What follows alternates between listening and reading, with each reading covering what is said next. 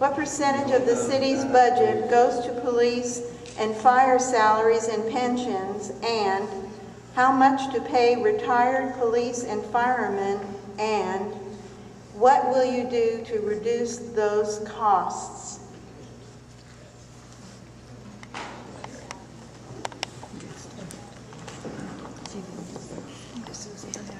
Well, a very large percentage of our budget goes to police and fire, over 60%. And the reason is it's the highest priority service we provide for our residents. Public safety for every resident is the most important thing. So we need to provide enough staffing to make sure we have public safety. And that is why it is the highest amount of our budget. Police and fire services have been improving throughout the years. And we have strong relationships with the police and the fire services. In 2006, our fire department was going up by $1 million a year in the contract with Alameda County. Through my focus on a review on that budget, they have not increased their contract since 2007. I have been focused on making sure they're held accountable and that all of our costs are kept in check. And that's what I would continue to do as mayor. Thank you. Mr. Santos? Yeah, thank you very much. My colleague mentioned the costs of public safety in the city. Naturally, it is true. It is our highest priority. One of the things that has been missed regarding pension reform and a way to reduce that, the city has taken a very aggressive position in that regard.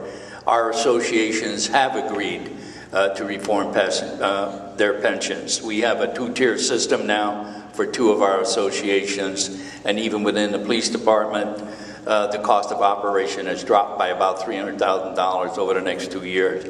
And lastly, if you look at our salaries and benefits part of the budget, you will note that we have reduced those items by a total of $14 million over the last 3 years.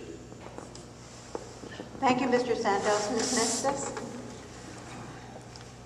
Public safety fund is 57% of the general budget, but it's 33% of the entire budget of $134 million. What I'll do to make those costs go down in the future is for new officers coming on board to put pay scales and pensions in place that are not equal to our current system.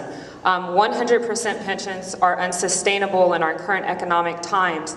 I wouldn't go as far as trying to negotiate with the association to take those pensions away, but I think that we should look at our pension reform for new officers that come on board to the police department. Thank you. Mr. Cassidy? Sure. The amount that's spent on police and fire within our budget is over 60%. It's getting close to 65%. 20 years ago, it was 40% of the general fund. What's happened is that the costs for police and fire have gone up tremendously. And then so we've been seeing less money being able to be spent on our libraries, on our parks and rec, etc. The city is not taking an aggressive position on pensions. I mean, just take a look at the latest San Leandro Times. City Council okays new contract. Cops make some concessions, but pensions stay the same.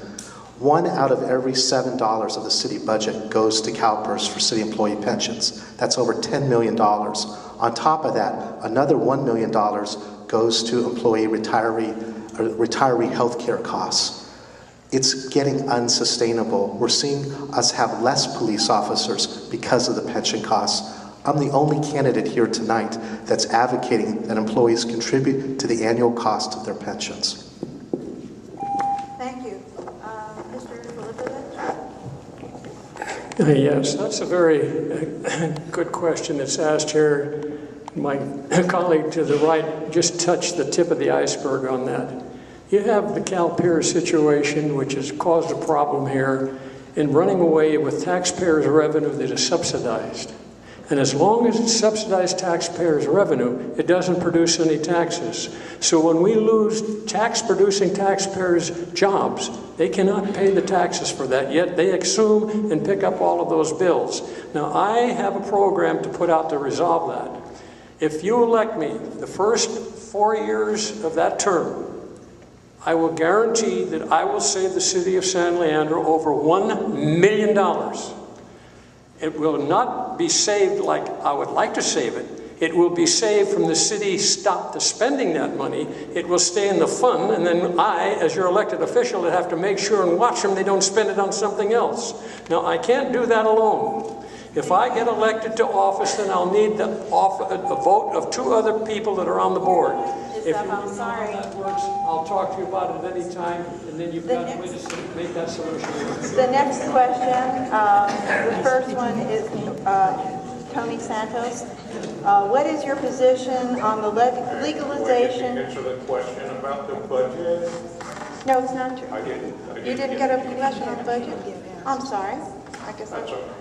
Okay. What percentage of the city's budget? That one? Okay. Go ahead. If I'm elected, what I'd like to do is analyze the overtime for city employees, create a review system that will provide authorization before approval, prior to approval. Overtime helps generate higher salaries that in turn build up the pension fund or pension for the individuals. The other thing I would do is restructure the city's pension formula by freezing the top pension earners at this point or whenever I get in, and instituting a 401k process like everybody in this room and all the rest of us are party to, which makes it a lot more fair for the people working that have to earn a pension. That's it. Thank you.